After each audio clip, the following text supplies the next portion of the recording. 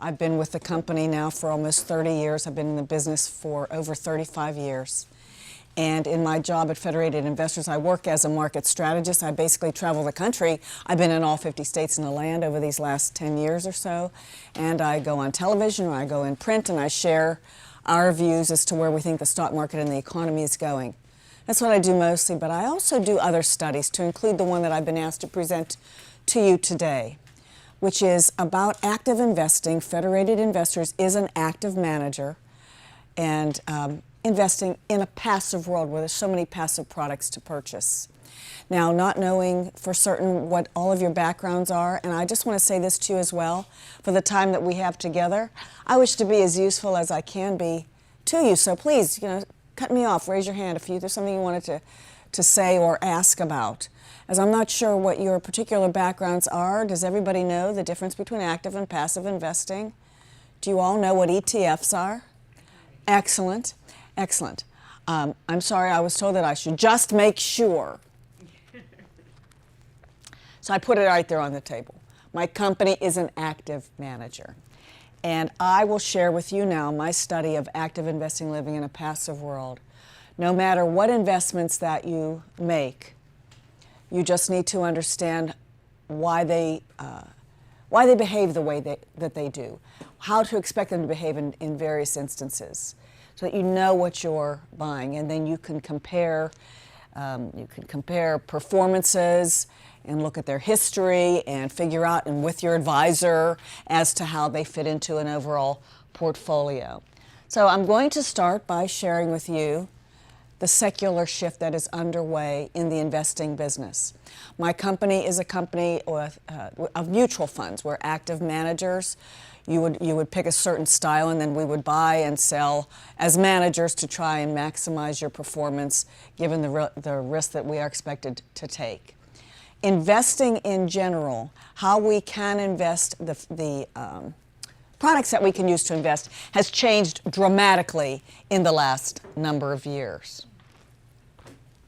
And so we look at the size of the global stock market. No matter what investment that you make in stocks, bonds, index products, or exchange-traded funds, ETFs, you want them to be liquid enough to be able to buy and sell when you wish at a reasonable price versus what they are quoted to be. And it's a very interesting time. We go back in our studies as far back as history will allow us. This goes back to the 1970s, and it asks, how many stocks are there in the whole wide world that you could purchase if you wanted to? We peaked out in and around 45,000 shares of stock in around the world, and we've kind of flatlined since, say, about 10 years ago, which interestingly is when we began this long bull market that we're in. We had the financial crisis. It was terrible. A lot of money was lost in 2007 and 2008. The market bottomed in 2009. And the number of companies that you could purchase as a stock buyer around the world is now starting to shrink. There are 40,000 or so stocks out there, but there are only about 3,000 stocks around the whole wide world that are liquid enough for you to be able to buy and sell them when you want, in and around the price at which it was quoted. The spread between what I have to pay to buy and what I get when I want to sell, in many cases, is too wide to be considered really liquid, and that is unfortunate. We are now at a period of time, much is changing the investment landscape. And here we are in California, and I'm sure that you're aware this is a very big hotbed of private equity type investing. Private equity, back in the day, if you had any idea that Microsoft seemed like a really cool thing when they were still working out of the garage, you could have bought that stock at its beginning and made a lot of money. Today, private equity makes a lot of money before the stock ever comes public in an IPO. And then when they come public, those who invested in the private equity side, they've made billions and billions of dollars. Now it comes public, and you have names like Uber, for example. Great company, we love to take Uber, and I just read this morning, I think it's down like almost 40% from the day it came out for the public market to buy. This is a feature, a secular change that's going on. It's something to be aware of if I want to buy stocks. The number of common stocks on the big three United States exchanges, the Dow, the S&P, the New York Stock Exchange, has come down dramatically over the last number of years. And so even as the number of investment vehicles, individual stocks, comes down, there are more and more and more of us who want to invest. We're looking for a place to invest. And it can be very, very challenging. But it's important to us to understand the changing landscape. This is part of the changing landscape, and it begins in 2007. This is bad news for me and my company. We're in the red here. We are active managers. Active managers have seen redemptions, monies flowing out, as monies have been flowing in big time. The blue mountain is exchange-traded funds. Now, active management has lived alongside passive management for many, many years, for decade upon decade. Where you see the green mountain. The green mountain is index funds. Index products have been around forever. You use an index product if you want to get involved in maybe the S&P 500, the overall stock market. You can buy the index product. Or I just want to buy large cap stocks, large company stocks, or I want to buy just growth stocks, or I want to buy just European stocks, or just France's stocks, whatever. Index funds are compiled and they move day to day based on what is within them, what names are within them, and at the end of the day, you can sell or buy into the next day if you wish. What's the difference between index funds and exchange-traded funds? Exchange-traded funds are different. And if I buy an S&P 500 index fund, or if I buy the SPY, which is the S&P 500 ETF, they should behave the same. What's the difference? Why would I buy an ETF? The ETF trades like an individual stock. So you could decide at any point in time on any day, I want to buy some more now. I want to sell right now, instead of waiting till the end of the day, which is what you would have to do for an index product. But there is a difference, and the proliferation of ETFs, which is just massive, needs to be understood. How do they put an ETF together? How do they cobble together an ETF? And there are thousands and thousands of them. You can find an ETF representing anything you want. The biggest one of all being the S&P 500 one, the SPY. There are index products that will, maybe you want to buy a sleeve of South Africa, you know. Maybe you want to buy just the small company stocks here in the United States. Maybe you want to buy dividend-oriented stocks. Maybe you want to buy cannabis stocks. There are all kinds of stocks. There is an ETF out there called WSKY. Imagine what that ETF is about. That's for bourbon, whiskeys. You can buy that. You can buy one that addresses obesity. It's called SLIM. There is an ETF for everything out there, and they're absolutely proliferating. The expenses on ETFs are very, very low, and this is very attractive. Your final return on whatever investment that you may use, your final return comes after expenses. Everybody wants to buy at lower expenses. And the ETFs, because they're cobbled together, they can have very, very low expenses, even lower than index products, even lower than actively managed products. But you need to appreciate and understand what they are and how they move. This is just since the beginning of this bull run. This bull run began in March of 2009, and the percentage of U.S. funds that are active in the mustard as versus passive, well, passive more than doubled the last 10 years. Passive products have been taking all the share, even as active managers have lost. And this shows you what's been the change. December of 1998, all the way to 20 years or so. What's the difference? What has happened over time? In 1998, large blend, active is dark blue, passive is orange. Together comprised 34% of all U.S. equity products. Today, large blend is 44%. It's up 10% But look how much more is in the orange now. How much more is passive? What is this mainly? What is the largest blend product mainly? It's the S&P 500, the SPY.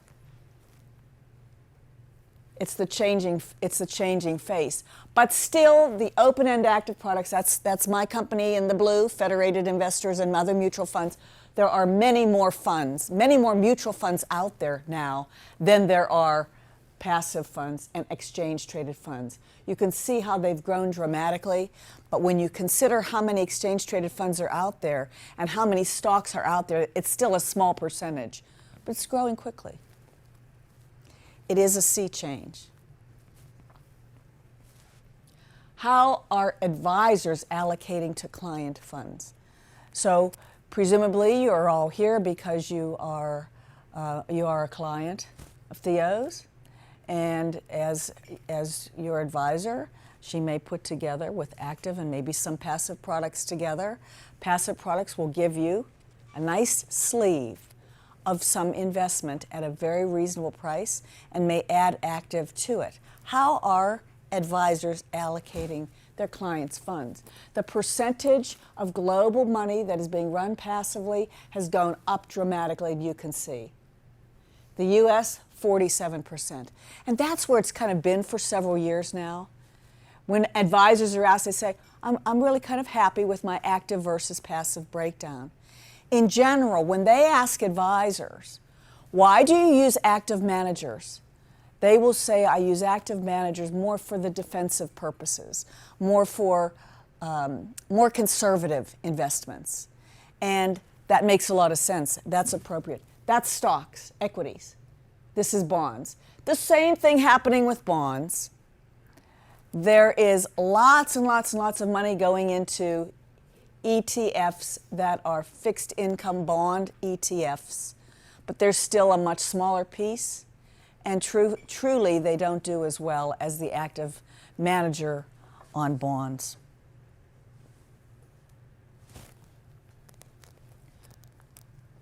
So how do we choose which passive fund we want? Again, we go back in time. This is the most recent figure that they had available from 2016. How do they pick what what passive product they use? They pick the cheapest one. And you know, no matter what we buy, it isn't necessarily the best idea to buy the cheapest one.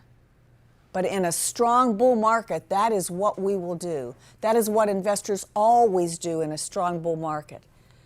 This bull market that we're in today is one of the strongest in history since it started more than 10 years ago now. And we as human beings, if we're managing our own money, hopefully we're not, because that's not necessarily our expertise, we may decide this is easy. You know, we just made a new record high in the S&P 500 yesterday. Today the market closed. The Dow is at a new all-time record high this day. This is easy. Why should I pay anyone?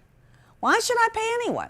I can do this myself. And so the big money, over 100% of the money going into passive products are for the cheapest 20%. With the more expensive 80%, they're getting redeemed. And you can see that's been the case all along. And that may be fine for a passive product. Passive, the idea of passive in general is, I want a certain kind of investment. I want the stock market. I want an investment that represents small company stocks. I want an investment that represents Germany. Just give me that investment. And don't anybody try to decide if this stock is better or worse in that investment. That's passive investing. Why should I pay up for that? Any computer could do that for me. That makes a lot of sense. However, they're doing the same thing with active funds. The active funds have portfolio managers and analysts who run around and try to talk to managements, try to figure out, is this company going to improve its prospects and the stock's going to go up, or is it going to go down? Should I add this company in a diversified portfolio? And what you see here is that, as we already agreed, active managers are getting redeemed heavily, but it's really, the cheapest 20% is the only places where it's getting any money, any flows. And again, all you care about as an investor is, what is the money that I keep? What is my net return? And when you look at any investment, you can see what its return is. That is after you subtract fees. You don't need to say, I want the cheapest one. It's already been subtracted, and it's part of the net return that you would get. But yet that's what we're doing as investors in this very strong bull market. And any questions or comments along the way, I'd be pleased to discuss. I like my lines and I like my bars, and I don't know if everybody agrees with that. You know, if everybody is excited about them is what I am. In any event, asset allocation is likely to get more challenging.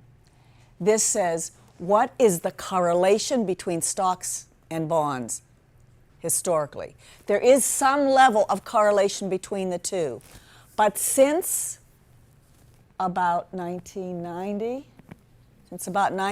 for the last 20 years, the correlations have gone negative. Either I want stocks or I want bonds, and I can just go with that and run with that. And it's like, this is likely not to last, because we go back, well, that goes all the way back to the 1700s. It's not supposed to be that easy to get diversification. It's supposed to be more difficult. So, which is to say, in investing, job number one always is diversification. You want something that works sometimes, maybe something doesn't work as well because nobody can read the future. Yes, please, madam. So, with correlation, what exactly is correlated here? The returns, the performance. If stocks go up and bonds go down, well, then the correlation is negative. If they both go up together, then it is positive. So if the stock market's going up, individual sectors of the markets, say your industrial stocks, your healthcare stocks, financial stocks, they may all go up. But some may go up more in line and some a little bit less in line than the stock market, and vice versa. And you want to get a mix and a diversification, because you want a nice, smooth ride as best you can as you gather up wealth, and not to say, put all my money down on one investment, and roll the dice. This is our long-term investments. So that now managers with mandates to have a diversified portfolio are looking for ways to diversify and to look forward and to make some money. Shrinking public market. I don't suppose I have time to describe, unless you want me to, why we should temper our expectation for returns in general in the next 10 years. Usually when you've had a great 10 years, it's going to be much more tempered, and there are numerous reasons to feel that way here in the United States and around the world in the next 10 years, with advisors looking forward to potentially a low return future, less and less stocks to buy, public market, falling cost of passive investing. It's likely to be harder to get diversification, so they're looking at alternative investments. Maybe real estate, for example. Maybe some frontier investing, some really, not even emerging markets, but below emerging markets in terms of other countries out there in which to invest. Alternative investments, just gold, for example, gold bullion, for example, and the like. Did you have a comment, madam? Yes, I was very interested in what you thought was going to happen in 10 years. What's looking at? Oh, you are indeed. Thank you. I appreciate that, and I'm pleased to tell you. So we had a global financial crisis that was very scary at the time. And it happened all around the world. And in an unprecedented kind of I like to say it's once in a 100-year event. in an unprecedented manner, central banks around the world, the very last thing that you want for society is for those in society to think that the financial markets aren't working anymore, that my investments are going to go up in smoke, and that I can't borrow and lend and go to a bank and deposit and get my money back, etc. These were the fears in the throes of the financial crisis. All around the world, central banks responded by printing and printing and printing and printing money from out of nowhere. They call that quantitative easing. They push money out into the system. When you push money out into the system, everything gets bid up all around the world. Stocks, bonds, real estate, art, everything gets picked over, if you will. And no matter what you buy, no matter what you invest in, better to buy it on sale than to buy it when it's seriously picked over. You can't say that anything is inexpensive. You can't say that any investment today is inexpensive. Everything's been picked over because all this money goes out and it gets eventually, and it finds its way and it gets invested. When something is inexpensive and you buy there, next 10 years you're likely to make good money as versus when it is expensive. And I like to say, as a stock market bull, though that's not the topic of my conversation today, you know, it's interesting how we as shoppers, we like to buy anything that we can on sale, except for stocks. When stocks were on sale, which they were big time in late 2008 and going into the bottom in March of 2009, nobody wanted to have anything to do with stocks. And of course, I was traveling the country describing a bullish view. Leadership is doing, you know, they're out there, they're pushing. We're not going to fall off into the edge of the brink. You know, you should buy stocks. And people would say to me, the stock market, interestingly, bottomed. The S&P 500 at level 666 in March of 2009, which I just think is the coolest number, you know, because it's the number we associate with the devil, you know. And people would say to me, down there, how could you tell me to buy stocks down here? How could you tell me that? Then they'd start to go up and they'd say, how could you tell me to buy stocks now that it's already run this far? And ever since that time, and I can tell you this as someone who travels every week and talks to groups like yours every week, it's been called the most hated bull run of all time. But all around the world, and it includes today, to this day, central bankers are printing money and pushing it out. So we are at a starting point right now where lots of investments that we could make are expensive, history says. If you buy when it's expensive and you look out 10 years, that's a problem number one. A problem number two is the growing debt in our country. And as a developed country, we don't look bad versus a lot of other developed countries, but the whole developed world is aging. In our country, the baby boomers, of which I'm one, you know, we were the biggest group ever until the millennials came along. But we age and we refuse to die. And as such, Social Security, Medicare, and Medicaid take up ever bigger percentages of federal outlays. And no administration wants to deal with that because they won't get the votes to get back in. They don't want to deal with that. As the debt grows, interest expense has to be paid on the debt. And that is money that comes into the federal coffers that could have been spent to, you know, to grow infrastructure, which is falling apart around the country, for example. When you have the combination of an aging society, which we and many global developed countries have, plus a highly indebted country, this is a formula for slower growth. More money being spent, not shopping, which is our job, which is what we were born to do, in my opinion. I'm sorry, I didn't hear that. You said in our aging society. An aging society plus a highly indebted one. Okay, that's it. So when we boomers retire, then we don't work as much to pay taxes into the federal coffers, but we're collecting our Social Security and Medicare. And they never dreamed there'd be so many of us and we would live so long when they first came forth with these ideas. So these are some of the things that we are faced with as we go forward. And just to put the final icing on the cake, if you looked at the demographics of the United States and said, I want to look by age bracket, 0 to 10, 11 to 20, et cetera, et cetera, et cetera. Who spends the most money in our country is basically the 45 to 54 year age bracket. Those are your peak earning years. That's when you would spend the most money. But if you look out the next 5 to 10 years, the biggest growth in population will be 75 years and older, and they spend the least.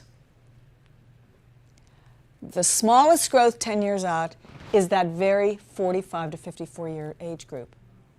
So if we don't go out and spend, then the people who we would buy from, then they don't have a job, and et cetera. So there's a lot of reasons to think. And this is a case of all developed countries, or most developed countries around the world. Many developed countries aren't as fertile as our country in terms of replacing the people. And they're in big, big, big trouble, and that includes China and with their one-child policy. And they recently, and within the last, 10 years, said, all right, fine. We just realized we're not going to have enough, children to work and to help the older people. You can have 2 children if one or both of you is college educated. And the young ladies over there said, you know what, we're good. We're just going to keep working. So these are some of the things that face the future in terms of investment. And just to borrow from one of my other presentations, what do you do in that instance when you are facing a more modest return environment going forward? The stock market's up 25% this year. That is not normal. A good normal year is plus 8-9%. That's a really good year. So to expect that to go on, more moderate look forward would argue for income as a bigger piece of total returns, and that's something to bear in mind.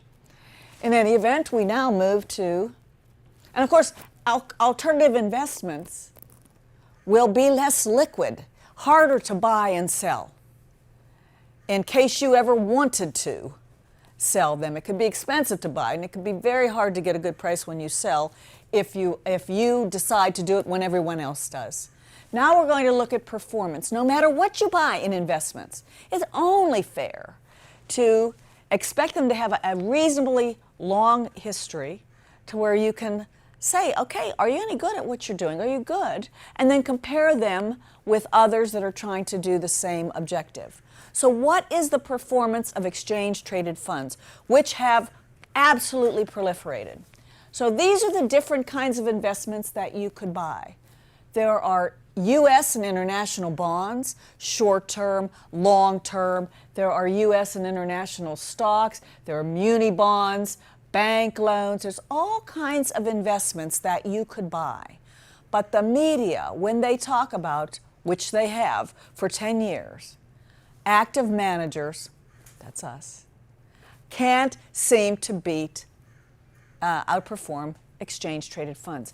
They're focusing on large blend. What is large blend? It's the S&P 500 index. It's the market, a blend of growth and value stocks. And truly, not even 20% of active managers could outperform their benchmark in that 10-year period. But what they don't tell you, and here's the 50 line of demarcation, did you beat your benchmark, which is what we're all trying to do in our business, to show you, the investor, that we know what we're doing, we can add value if you would hire us. Who can passive investments not compete with? And what is common about those long blue bars on the top is they're either foreign, small company stocks, or bonds. This is where active management really shines, is in these 3 areas. Also, active management, to borrow from a few slides ahead, really shines when there is reason to get more defensive in the market. And of course, we've been in a long, strong bull. In a long, strong bull, it's easy. Why don't I just buy the S&P 500 index? It keeps going up. It keeps making new highs. I'll just buy the S&P 500, the SPY, and that's what the media focuses on. And it's just not fair, because in a diversified portfolio, you would want more than just the market. Now, the risk of high passive ownership is getting hidden exposure to terrible timing of investors as a whole. What do we do as human beings? We buy high and we sell low. We chase performance, and that's the last thing that you should do. So if I just look at the buy and hold strategy of all kinds of funds, buy and hold in gray. If I go back to 1991, the very best thing I could have done was just to buy and hold on. Actual investors did way worse, because they tend to buy high and sell low. They tend to panic when things are going wrong and the market's down, and when things are going well, they think, and look what the S&P 500 did. If you just bought the S&P 500 instead of using your human nature, which is why it is very important, in my opinion, that you have a financial advisor to help you to maintain and grow your portfolio. They are students of the markets, and they will help you without the emotion that we tend to have with our money. And the problem with ETFs is the share of all ETF assets in retail channels, just individuals like us, 70+% is held by retail. Individuals like us, we're the ones who are not students of the market. It's not our business. We watch the programs. There's so many programs. There's so much media out there now to look at and say, I'm going to buy that name. I'm going to buy that name. It's up. The FANG stocks. Does everybody know who the FANG stocks are? You know the FANG stocks. If you know the FANG stocks, you're watching these programs. Why should you? But you do. And so why don't I just buy, I'll buy all the names. Now, of course, Netflix is down. Oh my God, I love Uber. It's like, what a great time to be alive, right? Why don't I just buy that stock? And then, of course, you'd have lost big time on that stock. It's not so easy, and because retail investors overwhelmingly use ETFs, that exposes the performance of ETFs, because we're likely to do the exact wrong thing at the wrong time. What do we do? What do we do as investors? We buy winners. Let's just look. If I say, okay, I want to buy an ETF, my common sense tells me I should buy the best performing one of the last 3 months. Say I do that, and I buy the best performing one. We'll look at the flows. Look at all the flows going into the best performing one. Look what happens to the worst performing one. People sell out. It was a loser in the last 3 months, and I don't want anything to do with it. What happens when you behave that way? The relative returns over the next year are the worst for the ones with the largest inflows. And they are the best for the ones with the largest outflows. If you're going to behave that way, you should buy the one that nobody cares for. And this shows the same thing with the sector ETFs. And it's been getting worse over time. This research looks over 10 years, and it says ETFs in general, what percentage of them outperform the stock market? This is 50%. This is for the whole period. In the last 5 years, not so good. In the last 3 years, even worse. As they proliferate, they're doing worse. And right now I want to tell you about smart beta, which is not my favorite at all. As an active manager, I understand in a diversified portfolio, you might want to use some exchange-traded funds, some passive investing. You might want to use that. It's very inexpensive. It'll quickly get you into a sliver of the market. Maybe you want to buy some gold. So you buy the GLD, and you'll get yourself an ETF that represents all gold stocks. But smart beta is not passive at all. Smart beta says, we're going to take passive investing and we are going to use factors that our computers have decided work best together to give you outsized returns. Smart beta investing has proliferated in the United States as if the machines picking factors will really help to make you more money.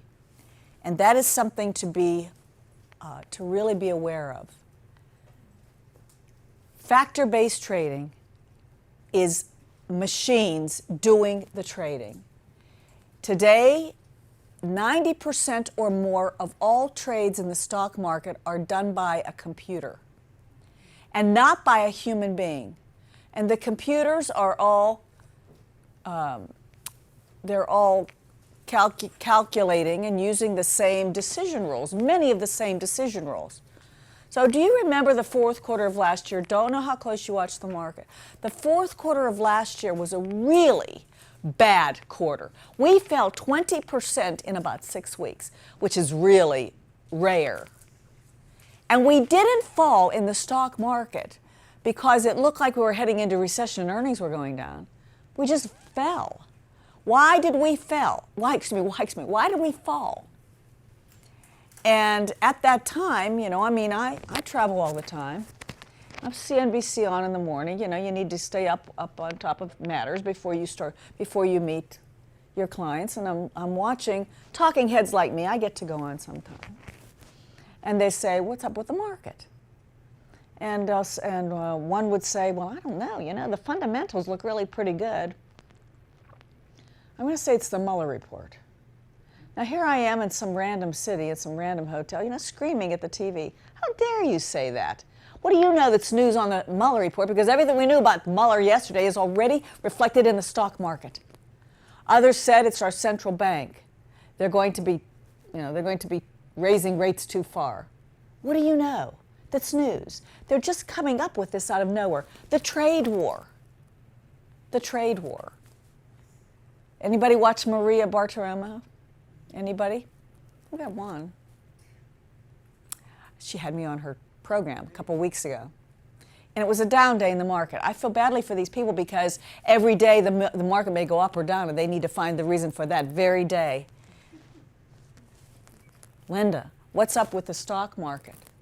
Why is the stock market down? Do you think it's the trade war? And I said, you know what I think, Maria? I think that people like us use the trade war to credit if the market goes up on any given day or to blame if the market goes down. And she said, you're making a good point. Why was the market so misbehaved in the fourth quarter of last year?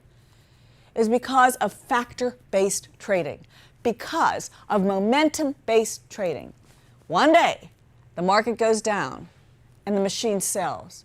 The other machine says, oh, I see that machine sold. I suppose I'll sell. Selling begets selling. And you get 2, 3, 4% down days. 2% up days are not a healthy signal at all. This is machines, and the only thing that stops a machine is a human being stepping in. This is something we must be aware of.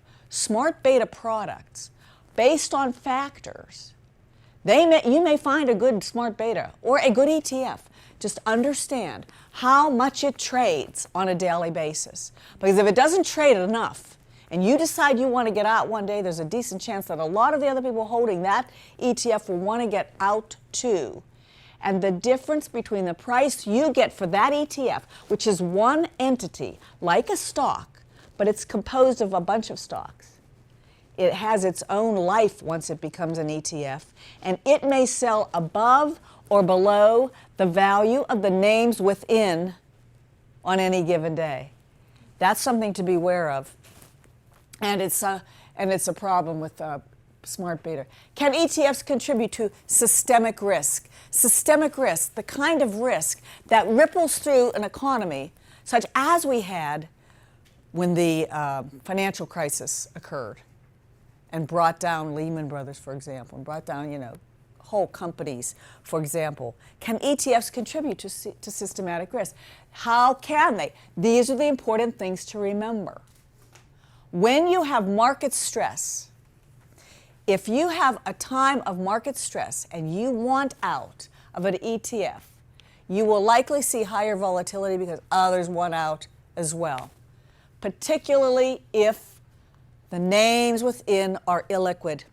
And I don't know, I'm blathering on here if I'll get to my last slide, but I want to say this just in case. Did anybody see the movie The Big Short?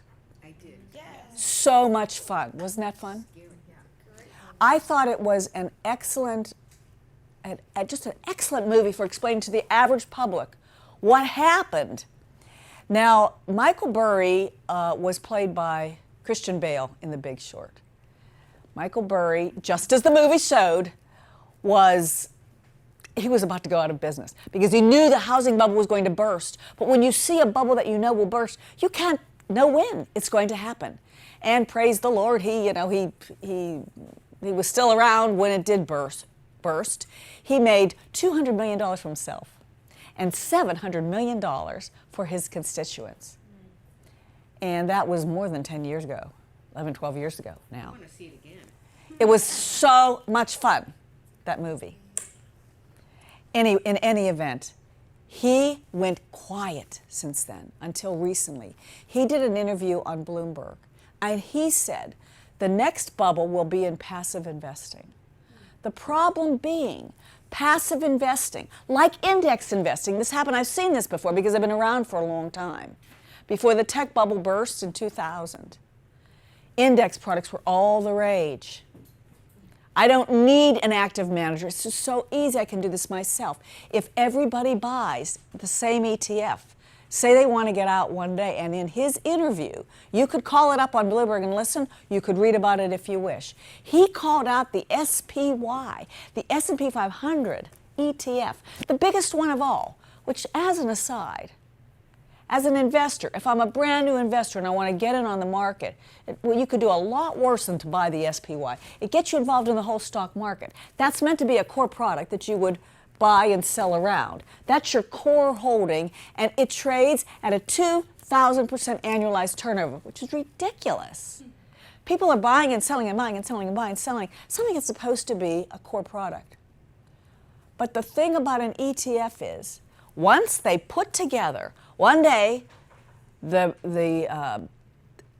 company that puts together the ETF says, I'm going to put together the S&P 500 ETF, the SPY. It's large, it's liquid on any given day. It will trade exactly with the addition of all the names within. Exactly. And it's the most liquid of all of them. But any ETF is an entity of its own, and the only way that the ETF trades appropriately, other than you decide to buy and less of you decide to sell, and so the price goes up, is what is the value of the names within? And who figures out the price? Who does the so-called price discovery? It is active managers. Active managers are needed to police this whole thing. Otherwise, it's just another piece of speculation. But what Michael Burry said in his interview with Bloomberg was the SPY, and the dirty little secret that people don't know is that on any given moment, individual names within the S&P 500, which has actually more than 500 names, but about 500 names, the bottom half of the S&P 500, those companies are too small. Those individual names do not trade enough every day. If we all decide one day, I want out of the market. He called out the most liquid one, which means everything below it could be in big trouble if something bad were to happen, and we all decide to get out at a moment by calling out the SPY.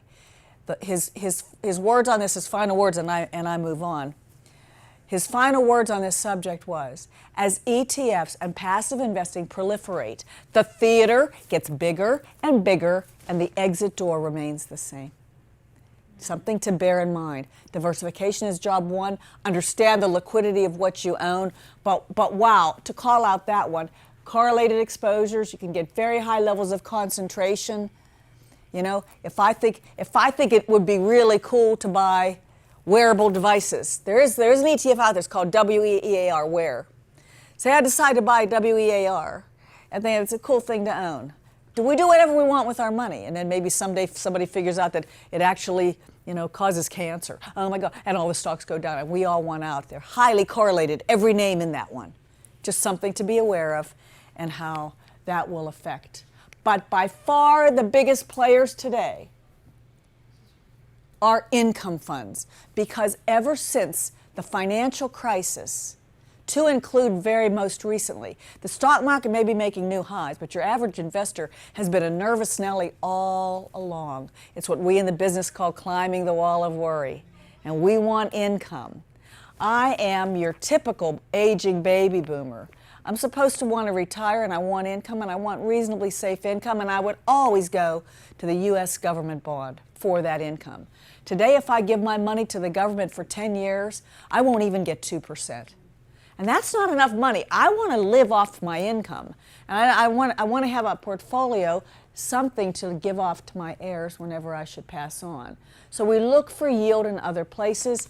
Income has been the biggest place for ETFs in these last number of years, which is a problem because the ETFs don't do as well. If I say, I want an ETF that gives me the highest dividend yield, I want a serious income.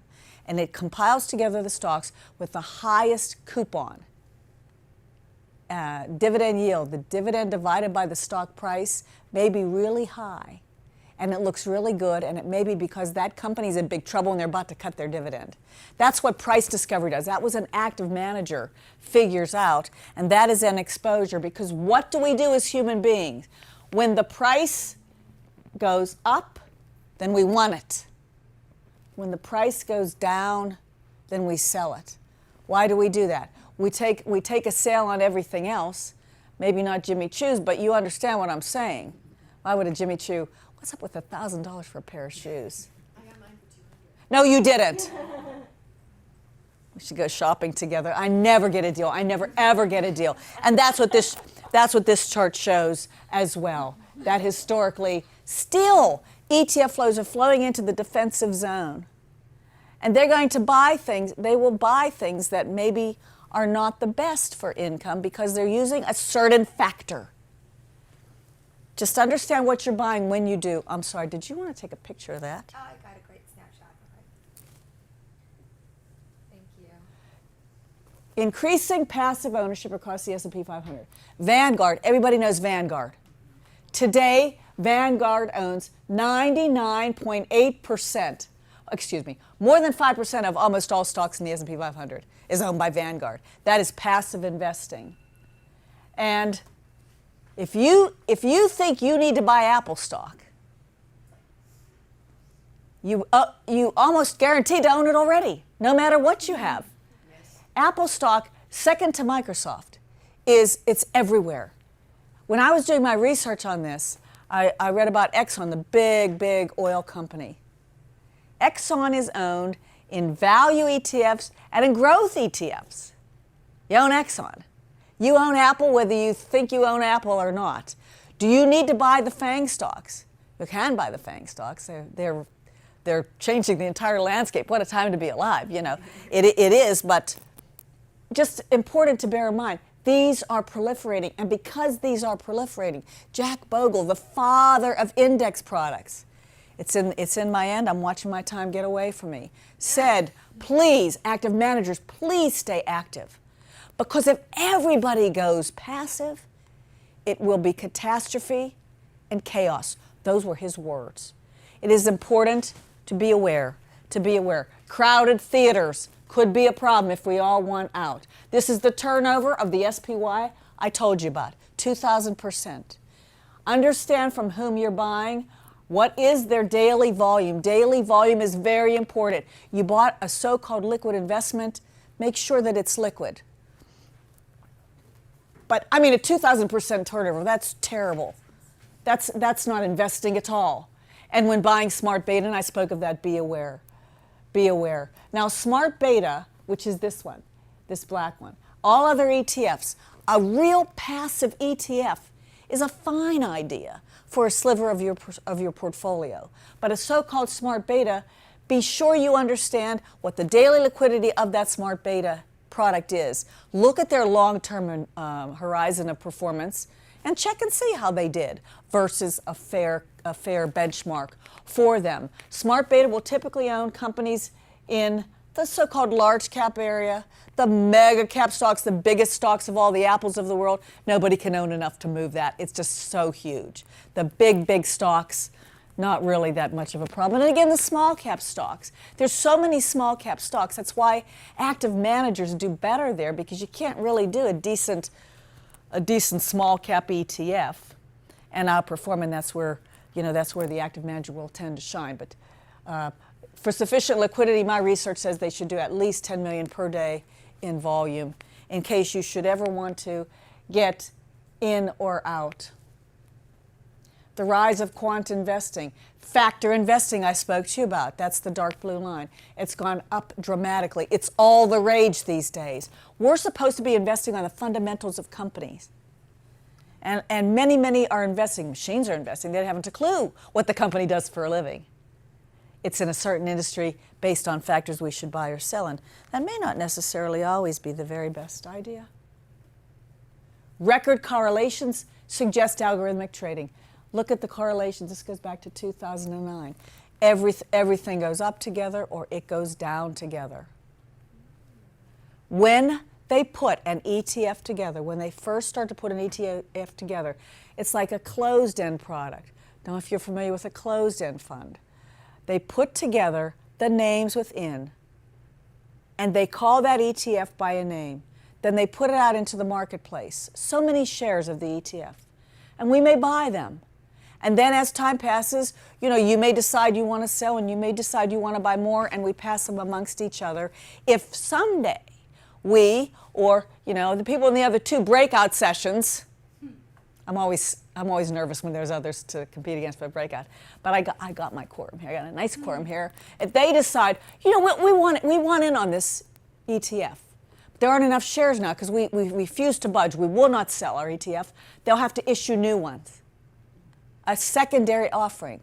What if we all decide, I want out. We all try to exit at once. Then they need the original company put together that ETF needs to actually go out and sell each name within, which is what Michael Burry called out in his Bloomberg interview, which I just thought was fascinating. How are active managers responding? We as active managers have been fine over many years having passive investments with indexing. ETFs, just another way to buy passive in general, excluding the so-called smart beta. We can live together, but in a long, strong bull market, this bull market, which just reached new highs today or yesterday, depending upon your index, has been called the most hated bull market of all time, and what a powerful bull market it is. And we are still bullish, not that that's my topic, but you don't see the sort of euphoria coming from investors that you normally would see, and this could keep on going, which could continue this ETF. It's easy, I could do it. How do we respond as active managers? How do we respond? We have conviction, and we won't sell what we like. We will not turn it over. We'll do our homework. We love our names, whatever they may be. That is how active managers are reacting, and we're deviating from the benchmark. Some active managers, we're all compared to a benchmark. There's a report card at the end of every day. Some hug the benchmark. Why would you pay the fees for someone to hug the benchmark? You could just buy the benchmark. I'm watching. We're taking more conviction in our holdings, taking the road less traveled. If I find a good company, high return on capital, but it's neglected by Wall Street, look at how the outperformance has gone. So whose turn next? What's going to happen next? We don't know what's going to happen next, but we're students of history, and we can look and say, when is passive investing likely to do best? It's likely to do best in strong up markets like we have right now, when the so-called value thing loses to growth, your FANG stocks, your big tech stocks. And in narrow markets, when the market is being moved up by a handful of names, and of course the FANG stocks have been a very big percentage of returns in the last number of years. When is it favorable to active? When small company stocks are beating large. That's usually early in a cycle, and we may be in the late cycle right now.